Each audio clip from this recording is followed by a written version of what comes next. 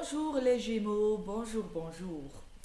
Voici, je vais vous donner l'horoscope pour les Gémeaux pour le mois du juillet 2012.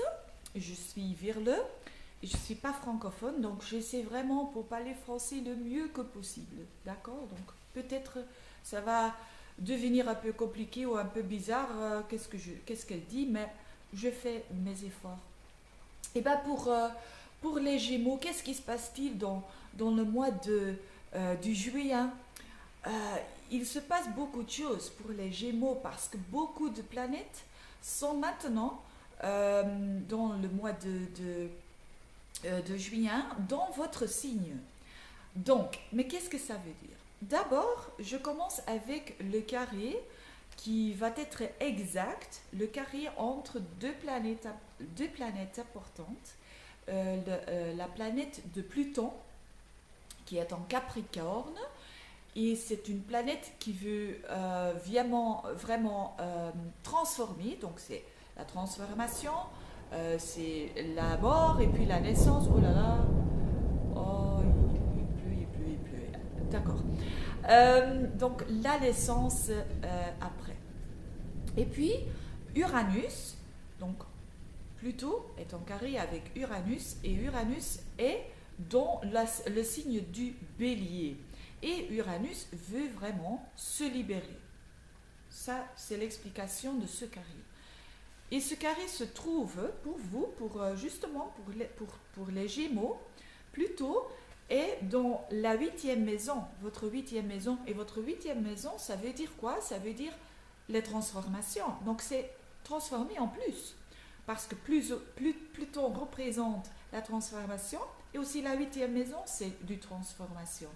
Donc, ça veut dire que vous êtes, dans le mois de juillet, c'est pas mal pour se réfléchir, pour penser et pour penser à des choses qui sont vraiment un peu tabous pour vous peut-être, ou des choses qui ne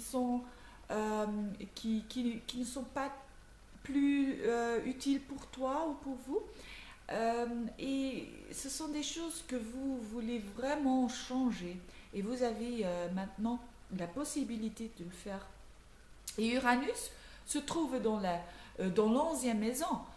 Et ça, c'est très intéressant pour vous parce que cette maison, ça signifie l'espoir et les aspirations.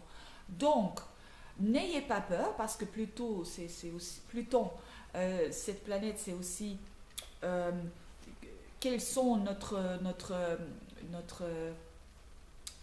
où on a peur de quoi, et vraiment il faut pas avoir de la peur, mais il faut vraiment continuer à chercher de ce qui est en train de se transformer.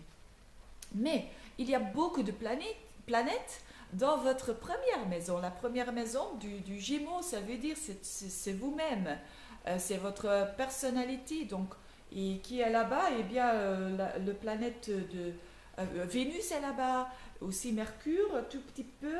Et dans la fin du mois, aussi Jupiter. Donc, Vénus et Jupiter va se conjoindre au fin du mois. Et ça veut dire beaucoup de choses de très bénéficiaires. Euh, donc c'est un bon moment pour vous pour se profiler. Et avec Vénus là-bas, je suis sûre que vous allez être vraiment très charmante.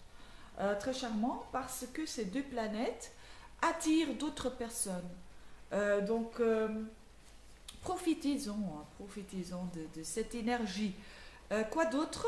Saturne, c'est déjà donc dans votre cinquième maison, donc peut-être un tout petit peu d'angoisse concernant votre créativité, donc, mais avec les choses qui se passent dans la huitième maison, donc n'ayez pas peur de, de, vous, euh, de vous profiler, de ouvrir votre cœur. C'est vraiment le moment.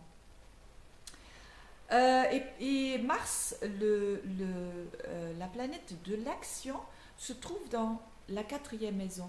Et ça veut dire, la quatrième maison, C'est la maison de votre famille, mais aussi de votre roots, de votre identité. C'est aussi une maison assez intense, justement que la huitième maison que j'ai expliqué. Donc, encore un focus sur le fait que c'est qui toi dans le miroir, c'est qui ça, et découvrir votre vraie personnalité. Donc les Gémeaux, je vous souhaite un bon mois et à bientôt. Au revoir.